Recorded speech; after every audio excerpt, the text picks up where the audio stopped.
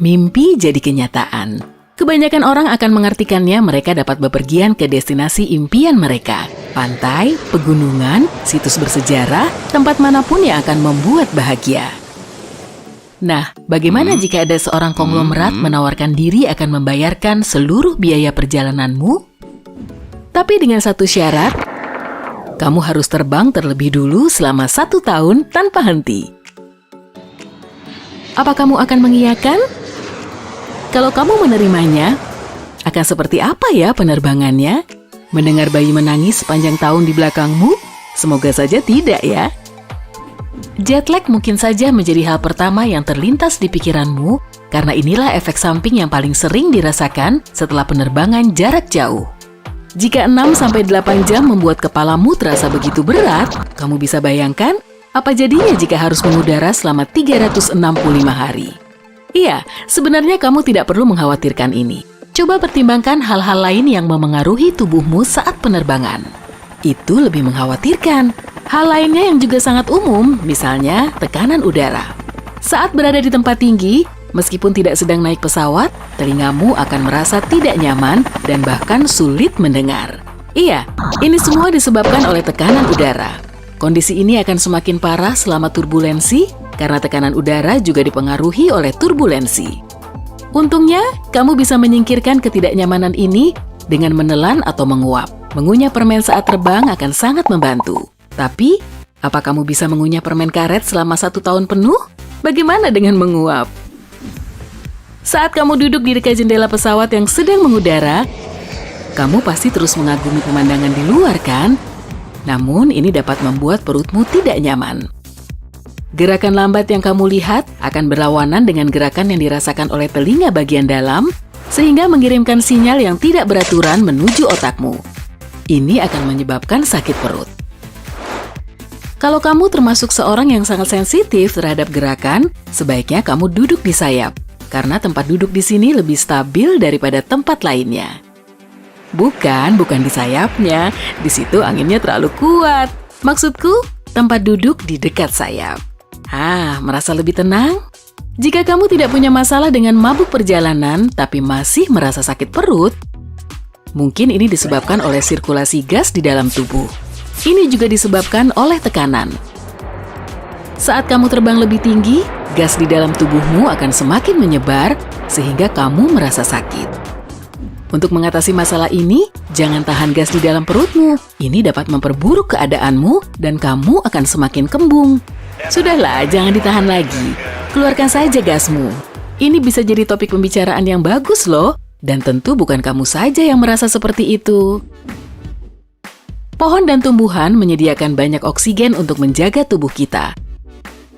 Saat kamu berada di udara, terkurung di dalam silinder logam tanpa adanya tumbuhan yang bisa diandalkan, kadar oksigennya tidak menentu. Tapi saat berada di atas cakrawala, darahmu akan menyerap lebih sedikit oksigen dari biasanya. Selain itu, jika kamu berada di atas pesawat selama berjam-jam, lebih tepatnya 8.760 jam dalam setahun, kebanyakan waktumu digunakan untuk duduk.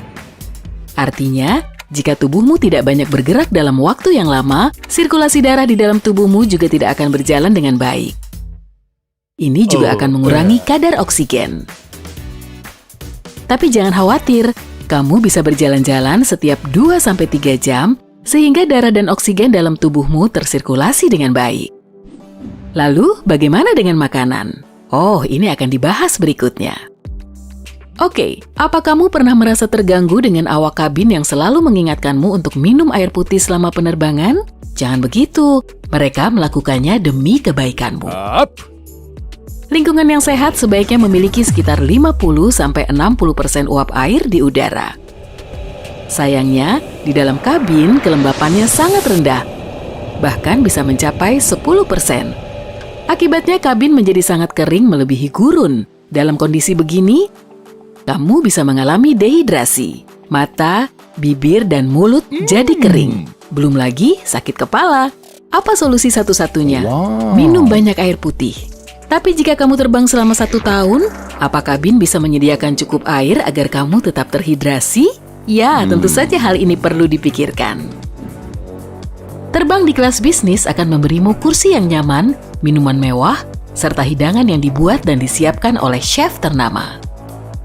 Sayangnya, saat kamu berada di atas ketinggian, indera pengecapmu bisa jadi tidak berfungsi dengan baik. Nah, itulah sebabnya semua makanan terasa hambar seperti tidak diberi bumbu atau garam.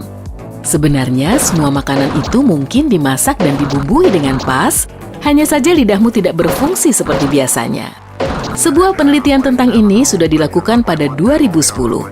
Udara kering di atas ketinggian tidak hanya memengaruhi hidrasi, tetapi juga mengacaukan indera penciuman. Kamu tahu kan, dapat mencium makanan memiliki peranan penting agar otakmu mengenali rasanya.